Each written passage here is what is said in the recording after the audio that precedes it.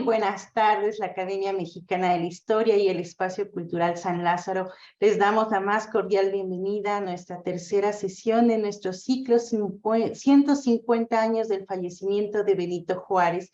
Muchas gracias a todos aquellos que ya están conectados. Ya vemos que nos mandan saludos desde Toluca, Tlaxcala, desde La Habana. Bueno, muy bien, saludos también a La Habana. Muchas gracias por estarnos escuchando y viendo en estas conferencias. Pues esta tarde voy a dejarle los micrófonos para su intervención al maestro Carballo. Maestro, por favor, tiene usted la palabra. Muchas gracias, Yasmín. Buenas tardes, profesor García Diego. Buenas tardes, profesor Quirarte. En nombre de la secretaria general de la Cámara, Graciela Báez, y de la Cámara de Diputados, me permito darles la bienvenida solemne a la Cámara de Diputados, a esta plataforma del Espacio Cultural San Lázaro, en esta actividad tan interesante y extraordinaria que tenemos articulada con la Academia Mexicana de la Historia, en este ciclo de conferencias dedicado al 150 aniversario luctuoso de Benito Juárez. Y pues también mando saludos a la audiencia internacional que nos está viendo. Es un gusto saber que desde La Habana también siguen estas actividades. El propósito del Espacio Cultural San Lázaro es atraer la atención ciudadana hacia la Cámara de Diputados, entendiendo la relevancia tan importante que tiene este recinto, este poder del Estado, al ser la Casa de la Representación Nacional. El Espacio Cultural San Lázaro y el Portal Ciudadano son las dos estrategias que se han diseñado desde la Secretaría General para atraer la atención ciudadana, como tengo dicho. Y por cuanto al Espacio Cultural San Lázaro, que es la dirección que me honra encabezar, tenemos como propósito generar una agenda de actividades culturales y académicas, sin que seamos una institución académica, pero se entiende lo que quiero decir, para atraer y hacer partícipe a la ciudadanía de todas las grandes discusiones y las grandes ideas que se cruzan en el recinto legislativo, y que deben de ser conocidas de manera general, tanto por la nación como a nivel continental. Nunca mejor encontrada la ocasión para ello. Es un honor, ha sido un honor escuchar y tener con nosotros a todos los invitados por la Academia Mexicana de la Historia con nosotros. En esta ocasión pues es también un placer. Yo no había tenido el gusto de compartir una mesa, así sea virtual, con el profesor Quirarte, pero admiro su obra y lo sigo allí donde se puede. Así que pues va a ser un placer muy grande tenerlo con nosotros, con esta conferencia que tiene un título ciertamente poético, La ciudad y el héroe. Creo que promete muchísimo la conferencia, y bueno, es una ocasión extraordinaria para poder iluminar una figura heroica, ciertamente, como Benito Juárez, que tan necesaria es para la generación de un sentido común ciudadano que sepa reconocer la necesidad del heroísmo para conducir un pueblo y para dirigir un Estado. Muchísimas gracias, profesor Quirarte. Le doy la palabra, si es así como procede, ¿verdad, Yasmín? Al profesor García Diego, enviándoles un caluroso saludo, y estamos atentos a la conferencia. Gracias. Muchas gracias.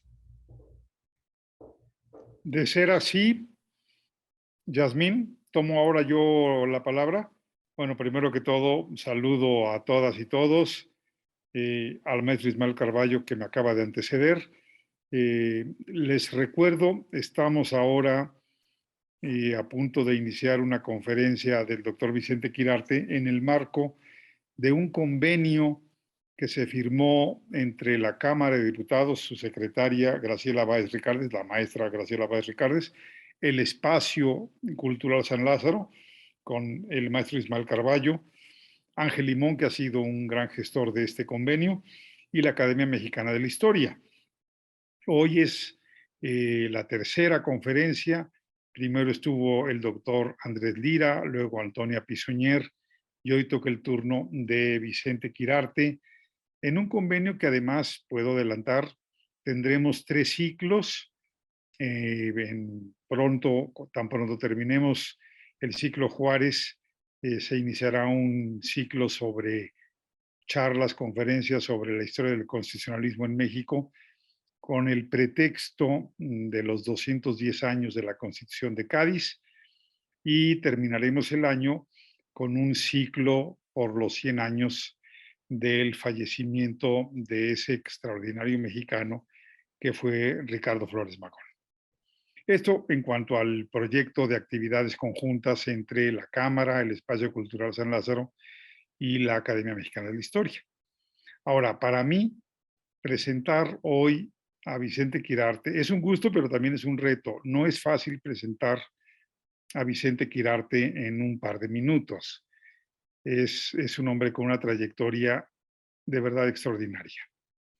Lo podría definir de la siguiente manera. Espero que luego Vicente no me reclame que haya yo, digamos, olvidado algunas de sus muchas facetas, pero por lo que se refiere a la charla de hoy, yo diría que Vicente Quirarte es sobre todo poeta, narrador, dramaturgo y ensayista.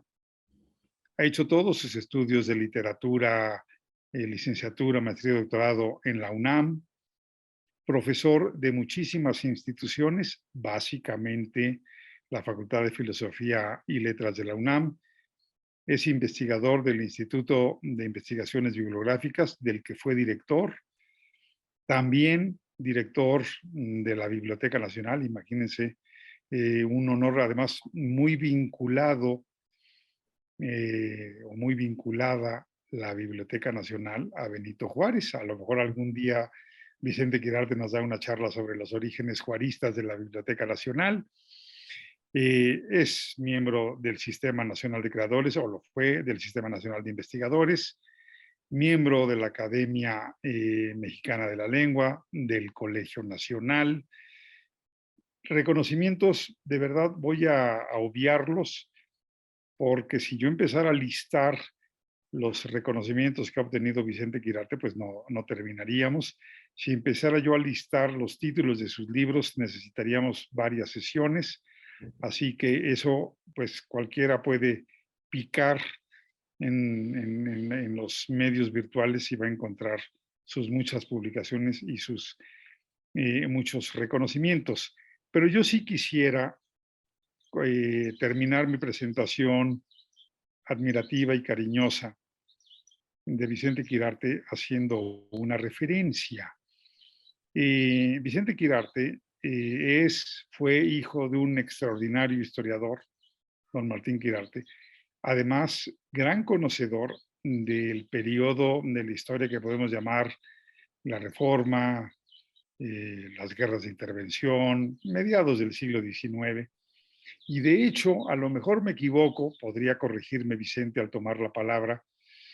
Yo creo recordar, o estoy absolutamente convencido, de que don Martín Quirarte coordinó una colección que hizo en la Cámara de Diputados precisamente en 1972 para conmemorar los 100 años del fallecimiento de Benito Juárez. Los diputados de entonces le pidieron a don Martín Quirarte que coordinara una colección de clásicos sobre los 100 años de la muerte de Juárez. Y déjenme decirles, si alguien sabía de libros, de folletos, de bibliografía, si alguien sabía de esos temas sobre Juárez, la intervención, el imperio, sobre historiografía de esos años, pues era don Martín Quirarte. Así que, pues, me da un gusto enorme, creo que es un destino de la vida, que si hace 50 años don Martín coordinó una colección para que la Cámara de Diputados conmemorara el centenario de Benito Juárez, pues que hoy su hijo Vicente, queridísimo, destacadísimo, no diría yo nada más escritor, también historiador, ya lo sé, y sobre todo de ese periodo, pues nos dé una charla en este nuevo siglo. Son 50 años de diferencia, pero créanme que en cuanto a conocimientos, Vicente rivaliza con su padre y creo que es el máximo elogio que le puedo yo decir a Vicente, más que cualquier premio, más que cualquier publicación, decir que es hijo y que rivaliza en conocimientos con los Martín Quirarte está dicho todo. Vicente, muchas gracias por colaborar en este ciclo y te mando el abrazo y el agradecimiento de un amigo de hace muchos años.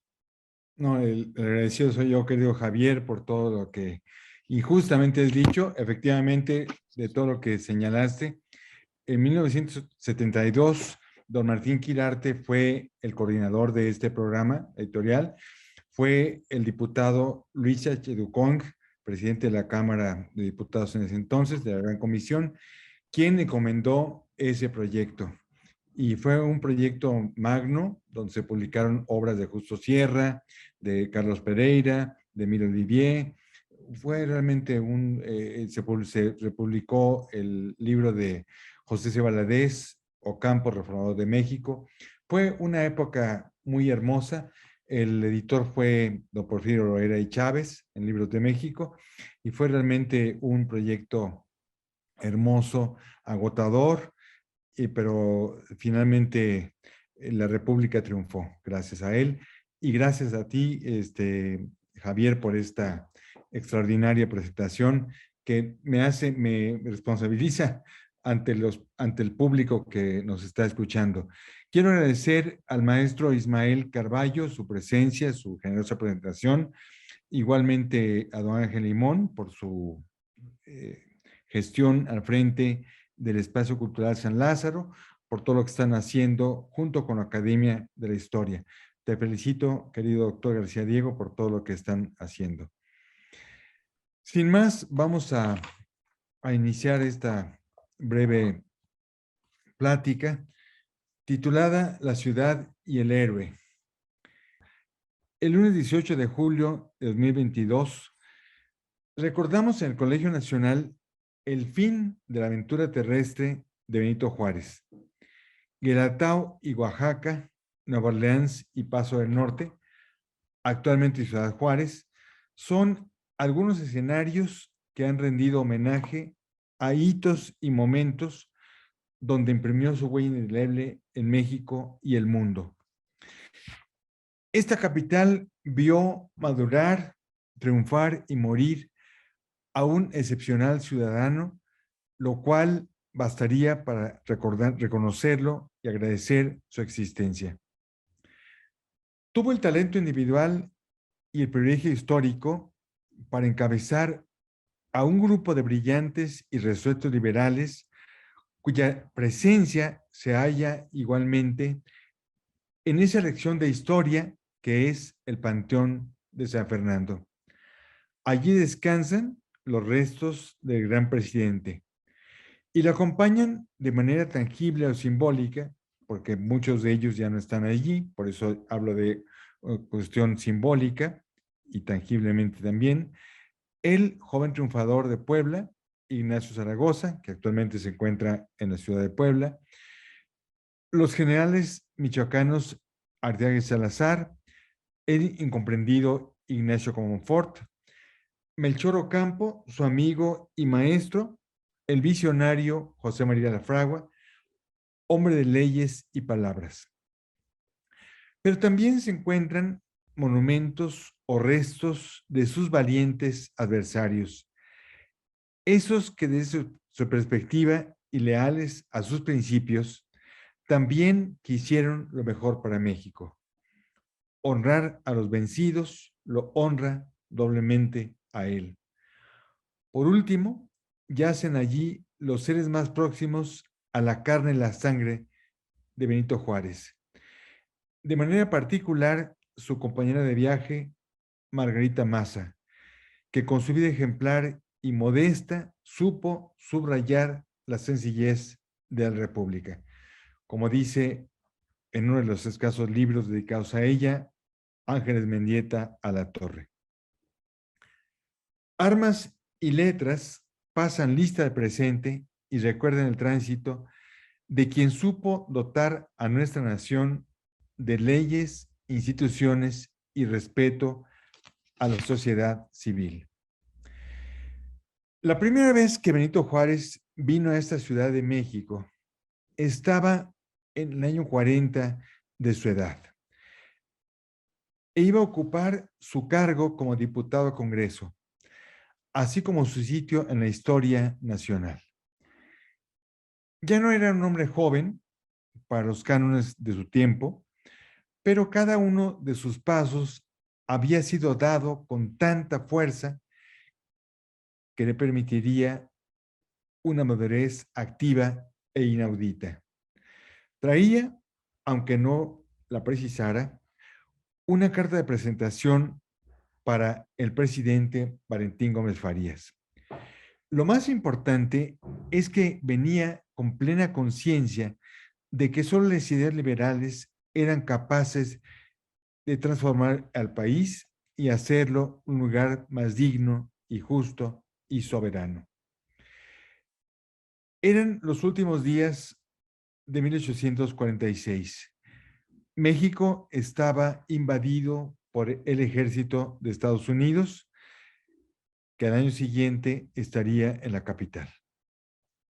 La carta señala que el portador es, cito textualmente, tan patriota federal como el que viniera de primera clase. Hasta aquí la cita.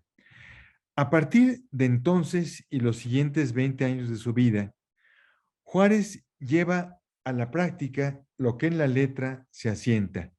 Se convierte en ejemplar y enérgico servidor público, estadista de excepción y núcleo del Partido Liberal. Es testigo y actor de momentos decisivos en la historia. Alcanza la primera magistratura. Con esa calidad promulga la ley de reforma, triunfa de la guerra civil y de la intervención extranjera y consuma nuestra segunda independencia. El primer instante en que la figura de Juárez entra en la historia como metáfora del héroe de tiempo nuevo, civil, laico, representante de la ley, es en el discurso que Francisco Zarco pronuncia con motivo del cumpleaños del presidente, el 21 de marzo de 1863. Dice Zarco: porque el nombre de Juárez, identificado ya con los principios democráticos y progresistas, es decir, con la extinción del fuero eclesiástico y militar, con la libertad de cultos, con la desmoralización, con el registro civil, con la emancipación de las monjas, sea en lo adelante, después del triunfo que las armas nacionales han de obtener sobre las de Napoleón, el símbolo de la independencia y de la gloria de México, de la unidad de América y del hasta aquí de la Europa. Hasta aquí, Zarco. Pocos como Zarco utilizaron tan precisas palabras. Pronuncia las anteriores en un instante doblemente dramático, cuando el término república es un significante desnudo de significados, porque ha sido mal utilizado, saqueado y agotado por una larga tradición de pronunciamientos cuando casacas y sotanas venden la patria al mejor postor. En segundo lugar, porque faltan 2 meses para la caída de Puebla y el inicio de la presidencia peregrina y la resistencia republicana. Sin embargo, la aceptación unánime de Juárez no ocurrió de manera simultánea a los acontecimientos de los que era protagonista. ¿Cuántos de quienes lloraron su salida de la capital el 30 de mayo de 1863, más tarde, un año después, aplaudieron la entrada, primero del ejército interventor, más tarde de Maximiliano y Carlota? ¿Quiénes eran los auténticos y convencidos juaristas que en ese adjetivo tan sustantivo sentían que la causa de México era la defendida por el presidente nombrado por la ley? De ahí la vigencia de las palabras del historiador Martín Quirarte, quien escribe: los que combatían con tanto ahínco por derribar el régimen liberal, por derrocar a un hombre que encarnaba el ideal republicano de México, no sospecharon que a la postre todos sus esfuerzos acabarían por darle solidez, coherencia y prestigio universal a ese gobierno. El pueblo que no era juarista, que no era liberal, sino en sus capas superficiales, recibiría con la intervención extranjera una elección suprema. Ese día dejó de ser Juárez el representante de un grupo político para convertirse en símbolo de una nación. Hasta aquí la cita. De los conceptos anteriores se desprende la importancia que tuvo la entrada del presidente Juárez a la capital el 16 de julio de 1867. Su paso concreto y simbólico bajo el arco triunfal, sobrio y republicano, que el ayuntamiento había preparado para la ocasión, revestía múltiples significados. No se trataba de aquellos monumentos que la vanidad de Antonio López de Santana mandaba erigir para celebrar sus constantes retornos a la silla presidencial, siempre apoyado en la fuerza de las armas y, como dijo un valiente diputado de oposición, ante la ruina del orden legal. Tampoco era uno más de los innumerables arcos que 4 años atrás la regencia del imperio había levantado para recibir a un archiduque venido del otro lado del mar.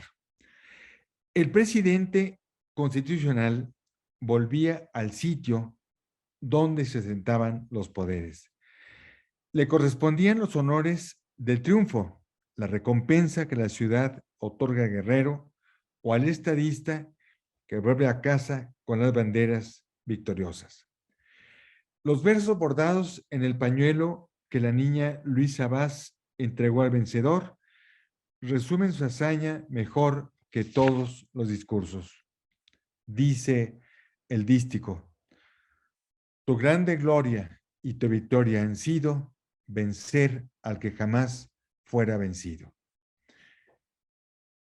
Con la satisfacción de haber respetado y hecho respetar la ley, con la de haber demostrado a México y el mundo la solidez de la autoridad civil sobre el capricho del cuartelazo, Juárez dirigió su mensaje a la ciudad anhelada por propios y extraños. Austero y preciso como todas sus acciones, se dio los honores de la victoria a la tercera persona encarnada en el pueblo y el gobierno de la República. Esa que en el transcurso de la guerra había recibido la adhesión de sus chinacos, sus Juanes heroicos, sus devotas soldaderas, su naciente clase media, sus poetas y abogados que cambiaron la pluma por la espada. En ese momento, Juárez acuñó uno de los grandes lugares comunes de nuestra historia, dice Ralph Nader, la famosa frase: el respeto al derecho ajeno es la paz. Inscrita en su contexto, la frase emblemática, dolorosa y poderosamente confirmada en el Cerro de las Campanas, confirma el estilo puntual, exento de ropeles retóricos que Juárez mostró en todos sus escritos. Traigo aquí una parte de este discurso que él dio en la capital de la República y que el gobierno tuvo el acierto de imprimir y repartir el pasado 21 de marzo de 2006, es decir, cuando se cumplió el bicentenario del nacimiento de Benito Juárez. Y dice un fragmento del texto: el gobierno nacional vuelve hoy a establecer su residencia en la Ciudad de México, de la que salió hace 4 años. Llevó entonces la resolución de no abandonar jamás el cumplimiento de sus deberes, tanto más sagrados cuanto mayor era el conflicto de la nación. Fue con la segura confianza de que el pueblo mexicano lucharía sin cesar contra la inicua invasión extranjera en defensa de sus derechos y de su libertad. Salió el gobierno para seguir sosteniendo la bandera de la patria por todo el tiempo que fuera necesario, hasta obtener el triunfo de la causa santa de la independencia y las instituciones de la República. Hasta aquí la cita. 5 años precisos duró la última administración de Juárez y la organización de la victoria. ¿Acaso tan difícil como la lucha armada? 5 años de la última tormenta, como la llamó Justo Sierra, tiempo en que el presidente perdió amigos, partidarios, tuvo que hacer frente a opositores y rebeliones aisladas. Sin embargo, su entrada en la inmortalidad el 18 de julio de 1872, o sea, la noticia se supo el 19 con un cañonazo que lanzaron en Palacio Nacional el 19 de julio, pero en realidad murió Juárez el 18 de julio a las 11:30 de la noche. La noticia se supo al día siguiente, pero ocurrió a punto de terminar el 18 de julio. Su entrada en la inmortalidad fue unánimemente respetada. La misión estaba cumplida. No se trataba únicamente de que la muerte derrotara al peor enemigo de la persona en el poder por este mismo. Inclusive los temibles caricaturistas que lo habían combatido dedicaron sus grafitos a enumerar los logros obtenidos por el caído. El monumento a Juárez, su culto en la imaginación de México, comenzó a construirse ese mismo día. Sus restos estuvieron en el nicho familiar que correspondía en el Panteón de San Fernando. 7 años después fueron exhumados para colocarse en el mausoleo encargado a los hermanos Juan y Manuel Islas. Él, que en vida hizo de la levita símbolo de la autoridad civil, aparece yacente, desnudo, cubierto por un manto, los pies descalzos, acompañado y confortado por una joven figura femenina doliente que representa a la patria. Numerosas son las palabras que desde entonces se han vertido en torno a Juárez, su persona, su herencia, su vida cotidiana. Palabras más intensas cuando se transforman en acciones. Entre muchas experiencias vividas, surge luminosa y precisa la de un niño llamado Rubén Bonifaz Nuño, que en 1929 y en el 5º año de su edad, vio desfilar a los veteranos de la batalla del 5 de mayo y con su hermano visitó el sepulcro del gran estadista. Ya convertido en adulto y poeta mayor, consciente de que es mejor sufrir que ser vencido, aquella vivencia infantil lo llevó a escribir el principio para un canto a Juárez. Y dice así: todo está bien, lo tuyo, en su lugar el aire, en su cauce la fuerza de sus aguas, en su lugar el fuego, la tierra, las raíces, como encima de la piedra, bien cimentado el mundo que dejaste. El aniversario luctuoso de Juárez no es solo una obligada y justa efeméride de nuestra historia. Es la confirmación del diálogo que tenemos con él de manera permanente en cada una de las acciones que por cotidianas hemos dejado de observar como inevitables. Las herencias ocultas, llama Carlos Monsiváis, a las que nos dejaron los liberales. La actuación política de Juárez coincide con el surgimiento y popularidad de invenciones que permiten la reproducción de una misma imagen. La litografía primero, la fotografía después, permite que los retratos salgan a la calle. El más humilde lépero, la estanquillera, el aguador, se enteraban más fácilmente del aspecto de gobernantes y héroes, santos y bandidos. Incluso podían ver su propia imagen en aquellas litografías. El privilegio de ver ya no se limitaba a quien pudiera entrar en el ámbito privado de quien poseía un cuadro, así como el dinero para pagar su hechura. En la mayor parte de las fotografías y cuadros contemporáneos suyos que se conservan, Juárez aparece con el traje negro del funcionario civil. Si el uniforme de los militares fue el protagonista, a veces heroico, otras patético, de la primera mitad del siglo XIX, con Juárez la imagen del primer magistrado sufre una transformación radical. Dice Héctor Pérez Martínez, inventará su uniforme presidencial, el frac. Con él atravesará los desiertos del norte. Estrecho en el chaquetín, volante de las colas del frac, Juárez sentirá sobre él algo así como la influencia de un Espíritu Santo, liberal, cívico, reformista. Hasta aquí la cita de Pérez Martínez.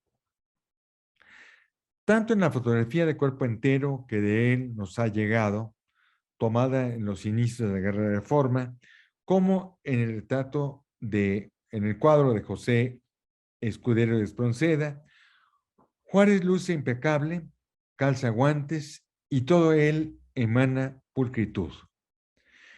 Por su parte, en la novela Juárez es impasible, Héctor Pérez Martínez hace una descripción hipotética de Juárez en su entrada en la Ciudad de México en enero de 1861, tras la victoria militar de Jesús González Ortega sobre las tropas de Miguel Miramón. Escribe Héctor Pérez Martínez. El cuello, bajo y duro, imponía a las mejillas una calidad de mofletes. La boca, que ese día pudo haber sonreído, firme, inexpresiva. Y sobre la frente, barbaramente alta, los cabellos aplastados cayendo luego sobre las orejas enormes. Completaban tal gesto el edema de los párpados inferiores y dos surcos que partiendo las aletas de la nariz iban a morir a la comisura de los labios. Hasta aquí, Héctor Pérez Martínez. El retrato coincide con una de las fotografías más dramáticas de Juárez casi de frente. Su rostro, vigoroso y ancho, llena casi todo el marco y nos mira intensamente. Visibles las bolsas de los ojos y muy marcados los surcos. Resalta la cicatriz en el labio superior derecho, producto de un accidente infantil y que la mayor parte de los pintores contemporáneos habría de registrar en sus cuadros. La actitud del modelo ante la cámara resulta particularmente relevante en Juárez, sobre todo si se confrontan sus imágenes con las de Maximiliano. Particularmente dramática resulta la imagen que muestra al archiduque de cuerpo entero durante el sitio de Querétaro, enflaquecido con sombrero mexicano y en la mano su telescopio de campaña. En cambio, en la mayor parte de sus retratos fotográficos, Juárez mira intensamente a la cámara, sin perder un solo detalle, desconfiado como cuando recorría de noche los caminos oaxaqueños o escrutaba en el interior de los generales que sometían a su autoridad o le manifestaban su franca rebelión. ¿Cómo hacer el retrato de un presidente civil pero en pie de guerra ante el atropello de naciones expansionistas? Juárez necesitaba reafirmar su condición de mandatario respetuoso de la ley, que hacía depender su autoridad no del pronunciamiento armado, sino de la obediencia a un código. De ahí que su rostro sea el de un indio impecable en traje de funcionario, rígido y pulcro. Solo la cadena del reloj interrumpe la austeridad de ese atuendo que convertía en emblema.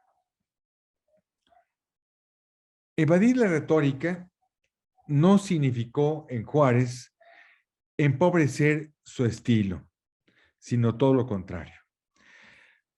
Aunque confesaba con franqueza que nunca había aprendido a escribir bien, sus cartas, comunicados, discursos y los más sencillos e improvisados brindis revelan la manera en que su pensamiento se trasladaba leal e íntegro a la página. La inflexibilidad autoexigida a su persona se traduce en su impecable lid con el lenguaje. El título del único escrito personal que dejó a la posteridad, además de sus cartas y su diario, refleja la sobriedad sustantiva de su carácter. Apuntes para mis hijos. 4 palabras donde la sintaxis queda reducida a los elementos esenciales. Ausente el adjetivo, fulgura la sustancia de los vocablos terrenales. No la defensa autobiográfica ni el panegírico, sino el testimonio escueto, la bitácora de un ciudadano a lo largo de una vida que es sinónimo de servicio y fidelidad a sus principios. Apuntes para mis hijos es la autobiografía de un hijo del pueblo que se negó a permanecer en la ignorancia y el oprobio consecuentes. Pocos lo han visto mejor que el hombre de letras, orgullosamente oaxaqueño también, Andrés Ennestrosa, y dice: en su mano la pluma no era un instrumento de recreo, sino de creación. Como era frugal su mesa, lo era su expresión, la porción indispensable para ir viviendo, las palabras más necesarias para expresar sus pensamientos y sus sentimientos. Bastaban a su expresión el sustantivo y el verbo, a veces nada más el verbo. En el principio de la acción está el verbo. Hasta aquí Andrés Ennestrosa. Por su entrega, su fe y su constancia, Juárez pertenece a la categoría de los héroes éticos. Por el peso y la realidad de sus acciones, siempre será superior a la leyenda. El niño que se rebeló contra la ceguera de la ignorancia halló en la educación la luz que no se apaga. Su odisea intelectual no terminó allí. La exigencia que impuso a su persona le permitió encabezar la batalla decisiva y transformar a México. Por eso fundó el propio 1867 la Biblioteca Nacional y la Escuela Nacional Preparatoria, pilares de la victoria intelectual de la República. Todavía, por fortuna, bajo la égida de la Universidad Nacional Autónoma de México.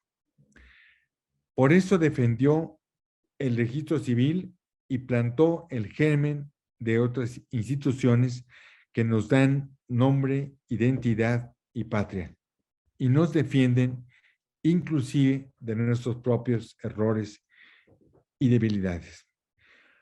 Porque supo hacer superiores los principios a las personas, nos enseñó a tratar de ser mejores.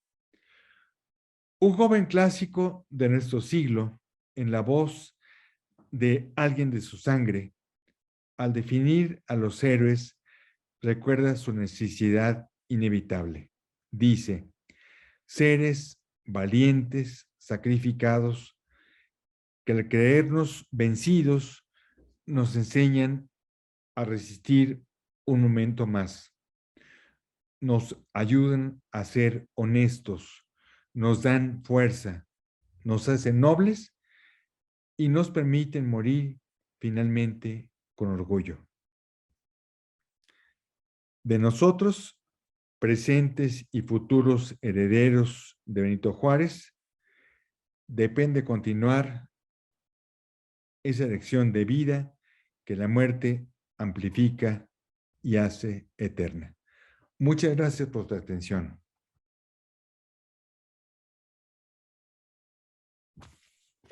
Muchísimas gracias, profesor Quirarte. No sé si está por ahí el profesor. Profesor García Diego, ¿quiere usted tomar la palabra, profesor? No, adelante, Ismael. Muy bien. Bueno, muchísimas gracias, profesor Quirarte, por esta interesante ponencia.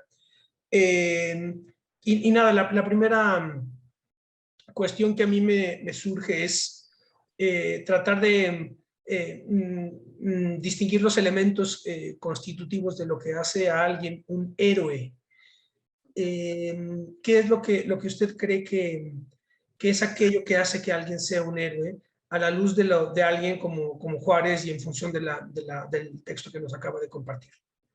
Bueno, yo creo que Juárez, si tomamos en cuenta la definición que establece el poeta W.H. Auden sobre el héroe, cuando dice que el héroe es ético, estético o religioso, Juárez pertenece a la categoría de los héroes éticos. Él fue un hombre que no hace falta buscar elementos legendarios, su realidad es más poderosa. El hecho de que haya dejado el pueblo de Guelatao para dirigirse a Oaxaca revela, como dice Justo Sierra, un hombre, un destino. Él quiso combatir la ignorancia que estaba sojuzgándolo y sojuzgando a su pueblo. Y por eso él se fue a Oaxaca y fue en busca de su destino. Eso me parece un acto heroico, además lo hizo a los 13 años de su edad, en la pubertad, cuando existe la capacidad de decisión, pero todavía se es un niño, y esa decisión lo convierte en alguien heroico. Después, él luchó toda su vida por el poder, pero el poder que da la felicidad de los pueblos, no el poder por el poder mismo. Como dice la tradición, Juárez murió a tiempo. Efectivamente, el poder le encantaba. Era un hombre que gozaba el poder y tal vez se hubiera reelegido de haber continuado vivo. Tan es así que él no hizo testamento. Usted, supongo que es abogado. Él era abogado y no hizo testamento. Eso, para mí es señal de que no quería morirse, o no pensaba morirse. No estaba en sus planes. Muy bien.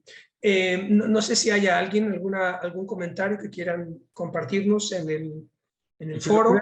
Creo, maestro Carvalho, que no respondí a su pregunta. ¿Por qué es un héroe? Yo diría que es un héroe porque el héroe es rechazado por su comunidad y finalmente se sobrepone. Decía Saint-Exupéry, el autor del Principito, que el hombre se descubre cuando se enfrenta al obstáculo. Y Juárez en todo momento se enfrentó a numerosos obstáculos, incluso a la cercanía de la muerte, cuando Guillermo Prieto lo salva en Guadalajara, con la frase "los valientes no asesinan". Pero él supo sobreponerse a las derrotas cuando en Salamanca perdió la guerra de Reforma al principio y dijo, bueno, le han quitado una prueba a nuestro gallo, pero continuó imperturbable con esa impasibilidad que hizo que Héctor Pérez Martínez titulara su novela Juárez el Impasible. Ese carácter sobrenatural también lo hace, en mi opinión, un héroe, aunque sacrificara pues a su propio beneficio, su propia felicidad personal, siempre pensando en el bien del pueblo. Hay una, ahora que mencionó usted a Bonifaz Nuño, hay una introducción que él y la profesora Amparo Gauss hicieron a la Farsalia de Lucano. Es un texto bellísimo, la introducción de Gauss y de Bonifaz Nuño es bellísimo, y están explicando, narran una situación, la situación de la batalla de Farsalia, en donde se enfrentan Pompeyo y Julio César, y entonces van contando que en el campo de batalla hay dos ejércitos desiguales que están enfrentándose. Y entonces dicen ellos, en el momento en el que el ejército más débil se da cuenta de que no había manera de vencer, deciden retirarse, con la excepción de uno. Y ese que no decide retirarse, decide quedarse, y entonces vence. Y entonces dice Bonifaz Nuño, este es el momento esperado para el héroe. Es un poco, creo que es esa cuestión, ¿no? Sí. Qué bueno que recuerda usted al maestro Bonifaz y a Amparo Gauss y este prólogo maravilloso que trae a la memoria. Qué bueno, me da mucho gusto. Sí, efectivamente, él en varios momentos se puso a prueba su capacidad de él y de un grupo de liberales. Sin embargo, él era la cabeza, el líder de ese grupo, y tuvo la autoridad moral, intelectual para hacerlo, porque había otros muchos liberales a su lado, pero él era el gran hombre, él era quien podía encarnar el ideal republicano de México. Claro. Muy bien. Profesor García Diego, Ángel, ¿algún...? No, yo tengo un par de comentarios, sí. Sí, profesor. Adelante. Pero no sé si Ángel Limón quisiera tomar la palabra primero, o como sea. Ángel. Adelante, doctor. Bueno, yo, Vicente, de verdad, siempre me encantan tus intervenciones, tus interpretaciones, pero haría yo 3 preguntas, ¿sí? Una es, cuando dices que a Juárez le encantaba el poder, yo me preguntaría si le gustaba el poder para ejercerlo como autoridad o el poder para enfrentar responsabilidades. Yo creo que más bien Juárez era un hombre de responsabilidades. Él sintió que tenía una enorme responsabilidad y era muy severo con su equipo, con los otros liberales, a quienes él percibía dubitativos en ciertos momentos, buscando otras alternativas, y eso a Juárez no le gustaba. Segunda intervención, segunda pregunta sería, por lo general asociamos poder con carisma, y creo que Juárez sería una persona que en principio no tendría por qué ser identificado con el carisma. No. Era un hombre físicamente todo lo contrario al hombre carismático, ¿sí? Por ejemplo, Porfirio Díaz sería en ese sentido más carismático, más joven, fuerte, pero no veo a Juárez como un hombre carismático. Y mi tercera pregunta, Vicente, sería esta. Juárez sale de San Pablo Guenatao siendo un jovencito. Los mitos historiográficos sobre su salida los conocemos, no vale la pena repetirlos.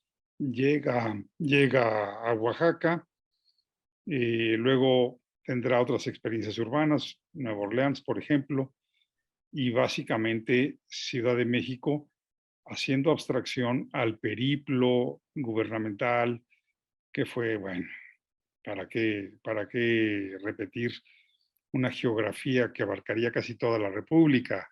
Guanajuato, Jalisco, Colima, Veracruz, en fin. No, mi pregunta sería la inversa. ¿Cuál era la opinión? ¿Cómo lo trataron los capitalinos? ¿Cómo trató la intelectualidad, la sociedad chilanga a este hombre bajito, tosudo, moreno, inflexible en ciertos sentidos? Había cosas con las que no se podía negociar. Entonces, esos serían mis 3 comentarios.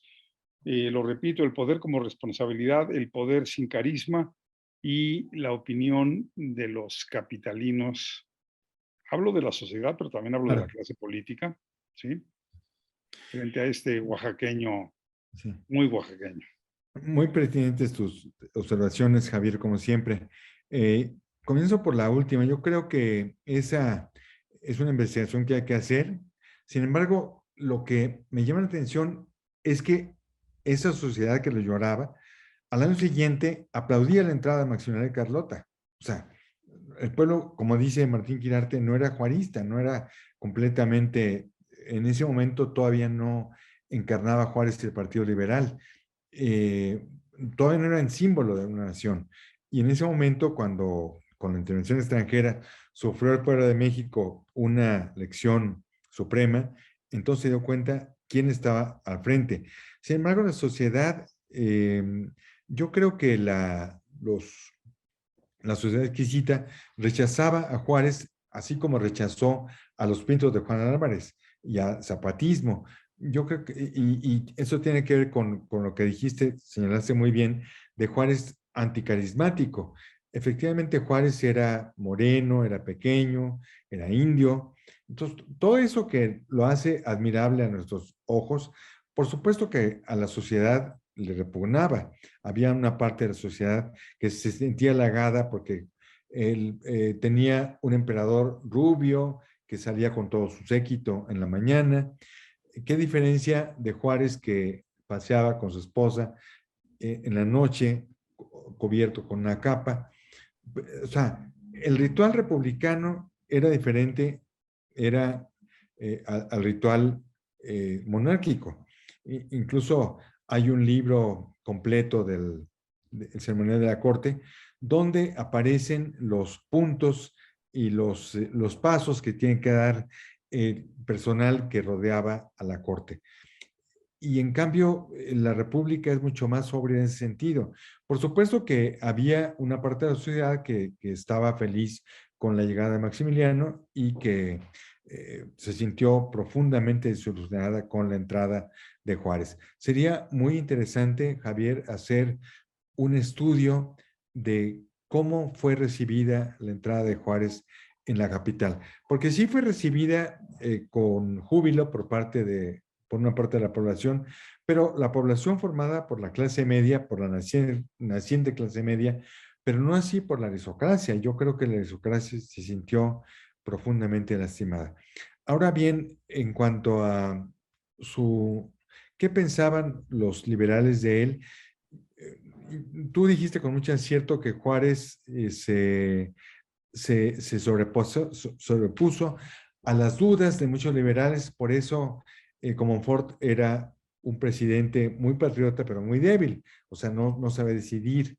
Y entonces esa duda la aprovechó Juárez como hombre de Estado para, como presidente de la Suprema Corte, ejercer la presidencia interina de la República, tomar la primera magistratura como la facultaba la ley para hacerlo, ¿no? Pero sí, estoy de acuerdo con Carlos Pereira cuando dice que Juárez era un director de pueblos, o sea, estaba al frente del Partido Liberal un director de pueblos, que no era Ocampo, que no era Confort, que no era Ramírez, que no era Prieto, sin embargo, era Benito Juárez. Ahora, en cuanto a que si amaba el poder, yo creo que él tenía ese atavismo de clase cuando se rompió su bastón, que para él era la vara de mando de la autoridad indígena, estaba muy preocupado. Él quería recuperar como fuera ese bastón. Entonces el mando sí le gustaba la autoridad, pero insisto, sí creo que le gustaba el poder, pero sí, siempre buscando la felicidad de los pueblos, el poder para llevar a cabo un proyecto de nación. Bueno, perdón, maestro Ismael, ¿puedo intervenir otra vez? Sí, por supuesto, profesor. Tienes toda la razón, Vicente. Primero que todo, había una tradición en el siglo XIX mexicana y mundial, yo diría, en donde no se restringía la durabilidad en el poder. La Constitución permitía la reelección, en fin, y podemos ver otros países en el mundo entero. Claro, había una tradición monárquica, había una tradición de reelecciones muy fuerte. Sin embargo, yo sí insisto, me llama la atención cómo predominó Juárez sobre esa generación, sobre ese grupo de talentos, sobre ese grupo de mexicanos, en donde realmente el que mejor entendía la situación nacional era Juárez. No me cabe la menor duda. Sí, porque los demás liberales eran muy inteligentes, pero no entendían, no tenían esa capacidad que tuvo Juárez para juntar todos los hilos y convertirlos en una energía poderosísima, ¿no? Y vencer, pues, al que jamás fuera vencido, como dice el dístico del pañuelo de la niña Vaz, vencer al que jamás fuera vencido. No, totalmente de acuerdo. Mil gracias. No, gracias a ti, querido doctor. Muchas gracias. A mí esto me recuerda un comentario un poco irónico o bastante irónico, pero duro, de Alfonso Reyes cuando le pregunta a Emanuel Carballo en ese texto precioso de Protagonistas de la Literatura Nacional, le hace una pregunta sobre Vasconcelos y dice Reyes le responde más o menos así: qué bueno que no ganó la presidencia porque como era de Oaxaca, le hubiera gustado reelegirse, hubiera buscado reelegirse. Entonces es un poco dura y sarcástica la respuesta de Reyes, ¿no? Bueno, no sé si Ángel tenga alguna intervención que quieras compartirnos. Adelante, Ángel. Pues muchas gracias, doctor Iriarte. Al contrario. Yo quería hacer como dos comentarios y seguramente su opinión valdría mucho. Uno, el primero tal vez que es el que me abre la puerta, porque usted planteó que Juárez pasó por el Congreso, ¿no? Y evidentemente está el texto de Martín Iriarte sobre las relaciones de Juárez y el Congreso. Es un campo de batalla que conoce, identifica, de tal tamaño que fue congresista. En la crisis, platicábamos la sesión pasada con Antonia P. Zúñer, que Juárez es, junto con Sebastián Lerdo Tejada, de los únicos hombres que pasan por los tres poderes, por el legislativo, por el ejecutivo y por el judicial. Y evidentemente, pues eso da una formación muy compleja para entender el poder y las interacciones entre este nuevo modelo republicano que, como bien plantea, pues es un modelo novedoso. A nuestra vista ya es un modelo identificable, reconocido, pero en ese instante pues es un modelo que recién está arribando a la función estatal. Quisiera un comentario suyo. Sí, Gracias. bueno, es que me pongo a pensar que en lo que llama Esther Acevedo, el duelo de imágenes, cuando Juárez se da cuenta de que la imagen que está circulando es la imagen fotográfica de Maximiliano vestido con traje almirante, y le dicen a Maximiliano: oiga, ¿sabe qué? Usted está gobernando un país civil, entonces tiene que vestir uniforme civil. Entonces se manda a hacer una serie de fotografías con traje civil y está muy preocupado Juárez porque en ese entonces circula mucho el libro Ensayo sobre la desigualdad de las razas humanas, donde se dice que la raza aria es superior. Entonces, por supuesto que hay este duelo de imágenes entre los retratos de Juárez, las cartas de visite, que se llaman pequeñas, y las de Maximiliano. Y entonces hay este juego, doble juego, donde Juárez demuestra la supremacía de la ley sobre la autoridad pues, puesta por una nación extranjera y por la fuerza de las armas. Eso, no sé si responde su pregunta, maestro. Sí, doctor, y justamente a lo mejor quisiera enlazar, evidentemente en este espacio de temporal, pues están las tarjetas de visita de cruces Campas, circulaban con gran efusividad, sí, ¿no? Y que también empezaron a resultar un mecanismo de interacción para darle a conocer a la gente la imagen del propio emperador, pero también luego resultó ser que empezó a construirse la imagen de Juárez. Y creo yo que en este espacio sucede, después del triunfo de la República, todo un conjunto de ideas sobre este santo, ¿no? Santo cívico que bien plantea, con una imagen y una construcción que efectivamente refleja, ¿no? El ser republicano. Sí. Sí, yo creo que por eso señalo que el mito de Juárez nació en el momento mismo de su muerte. De hecho, como dice alguien, creo que es Guadalupe Pérez San Vicente, como dice, el primer monumento de Juárez fue su marca mortuoria, cuando alguien reprodujo su rostro congestionado por enfermedad.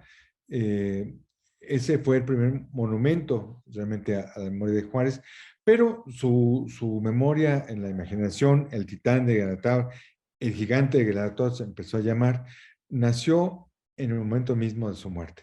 No antes, porque como bien señaló Justo Sierra, la última tormenta fueron los últimos 5 años de su presidencia. Fue muy difícil, muy complicado ese periodo, donde perdió amigos, perdió partidarios y tuvo que hacer frente a numerosas intervenciones a zonas militares. Yo tal vez quisiera hacer una última intervención, que a mí una de las cosas que más me admiran de Juárez es su defensa de la Constitución, a pesar de que la Constitución no le satisfacía del todo. Él veía muchas deficiencias, muchos problemas en esa Constitución, pero defendía el principio de que era la Constitución mexicana. Le dedicó pues, los últimos años de su vida a defenderla. Repito, una Constitución que por otro lado él hubiera querido cambiar y transformar tan pronto como pudiera. Sí, por eso en la mayor parte de sus retratos aparece con un código en la mano, o sea, con la Constitución. Sin embargo, tú sabes bien, Javier, que los liberales, un grupo liberal, entre ellos Guillermo Prieto, Altamirano, se rebelaron contra él cuando terminó su periodo constitucional y que iba a ser presidente González Ortega. Entonces él dijo, no puede ser, no puede haber elecciones porque estamos en guerra contra el extranjero. Pero en ese momento debe haber sido muy difícil para él no respetar la Constitución, pero estoy de acuerdo contigo. Él siempre defendió la ley y siempre se amparó en ella. Sí, pero ese balance de la realidad por un lado y la ley por el otro es extraordinario, ¿no? Sí. Efectivamente. Quiero aprovechar la ocasión para comentarles que aquí nuestro querido Ángel, que por cierto gestiona todas estas actividades y coordina el Seminario de Historia Política y Parlamentarismo del Espacio Cultural San Lázaro, encontramos con él el libro de Martín Quirarte, Relaciones entre Juárez y el Congreso, con el libro que coordinó su papá, profesor. Así que vamos a ver en Cámara de Diputados, vamos a ver si tenemos todavía algún ejemplar en bodega, y si no, vamos a ver si lo podemos reeditar o algo así. Bueno, lo reeditó hace poco Miguel Ángel Porroa, exacto. Correcto. Pues yo creo que lo que procedería entonces es a lo mejor una mesa de discusión sobre ese libro. Congreso, claro que sí. Sí, ¿verdad? Muy bien, pues creo que aquí podemos hacer ya el compromiso públicamente para programarlo y próximamente verlos nuevamente en función de este libro tan interesante y tan importante. No, pues muchas gracias, maestro, te agradezco. Yo bien, le pues, pero me da la impresión de que usted estudió otra cosa, ¿no? Usted es humanista, usted. Maestro. ¿Quién, perdón? ¿Yo? Sí, maestro Ismael. Sí, yo soy ingeniero de formación. Pero estudié historia y filosofía después. Sí, es un gran lector. Muchas gracias. Sí, muchas gracias a usted. Perdón, Limón es egresado del Mora. Muy bien. Muchas gracias. No, pues muy bien. Felicidades por eso. Bien, pues ya tenemos por aquí una pregunta de nuestra audiencia. Pregunta el profesor Guillermo Pedraza. Doctor Quirarte, ¿cómo fue la relación de Juárez con Antonio Escandón? ¿Acaso el apoyo de este último a Juárez crea la dependencia económica con Estados Unidos? ¿Con Antonio Escandón? No. ignoro el nombre de Antonio Escandón. Dependencia económica con Estados Unidos, yo creo que los liberales se acercaron a Estados Unidos, pero nunca hubo una dependencia. De hecho, el tratado Macrino-Campo, que fue tan peligroso para la soberanía de México, nunca se firmó, por suerte. En cambio, sí se firmó el Tratado Monalmonte, donde los conservadores buscaron la cercanía de España, pero los liberales mexicanos siempre buscaron la cercanía con los Estados Unidos, pero no hubo una dependencia. Incluso cuando Juárez, en su discurso ante la nación, el 16 de julio de 1877, cuando dice, esta victoria pertenece al pueblo de México sin ayuda de nadie, porque Estados Unidos mantuvo una actitud peligrosamente, criminalmente neutral ante la invasión del extranjero. Muchas gracias, doctor, por su respuesta. No sé si el maestro Caballo, Ángel, el doctor García Diego quieran intervenir antes de cerrar nuestra sesión de esta tarde. Bueno, respondí parcialmente, tengo que ver lo de Escandón y estudiarlo bien. Perdón, maestro, muchas gracias por su pregunta, pero voy a responderla más adelante. Profesor García Diego, Ángel, no sé si quisieran añadir algún otro comentario. Muy breve. Sí. Bueno, la familia Escandón era una familia de empresarios del siglo XIX que sobre todo empezaron a invertir en ferrocarriles. Hay varios artículos, varios libros pero sobre todo en historia económica, que revisan el papel de la familia Escandón. Ahora, lo que decía al final... Juárez no le toca hacer el ferrocarril, ¿no? No, pero son grandes empresarios que llegan posterior. y hacen negocios, mi querido Vicente, con Maximiliano, con Lerdo, con Díaz, con quien Sí. se deje, como hacen los empresarios, ¿no?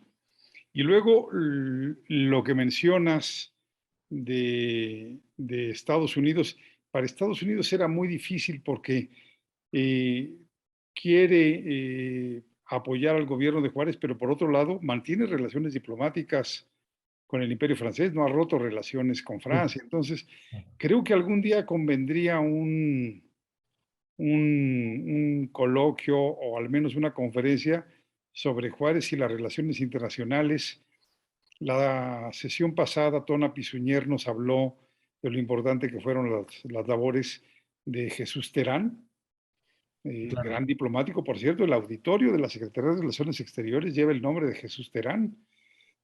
También Manuel Doblado, las negociaciones de la soledad, en fin. Creo que el aspecto internacional tendremos que revisarlo con lupa, porque para Estados Unidos, repito, era muy difícil decirle a Francia que no interviniera en México sin romper relaciones con la propia Francia. Así es, Javier. Muy complicadas las relaciones diplomáticas. Ángel, ¿algún comentario final? Sí, es a lo mejor como una curiosa petición. Yo he leído muchas crónicas sobre el Día del Triunfo de la República, cuando entran el 15 de julio a la Ciudad de México, que está montado los arcos triunfales de Chapultepec hasta llegar a la que ahora conocemos. Hay una entidad que siempre me ha parecido sugerente, que aparece una escultura enorme de Neptuno en la plaza. No sé si nos pueda contar un poquito o narrar cómo tal vez se hace una crónica de ese día, qué sucedió en la ciudad en ese instante de la impronta del triunfo de la República. Bueno, Clementina de Silva Bando nos ilustra en ese sentido que hubo un gran banquete para el pueblo, o sea, se repartió en el Zócalo un gran banquete. La estatua de Neptuno, efectivamente, pero yo creo que era de cartón, piedra, ¿no? No era permanente. Pero sí sería interesante saber por qué estaba ese Neptuno en ese lugar. Yo recuerdo sobre todo el arco triunfal que se puso en la entrada de Peralvillo, un arco triunfal republicano sobrio.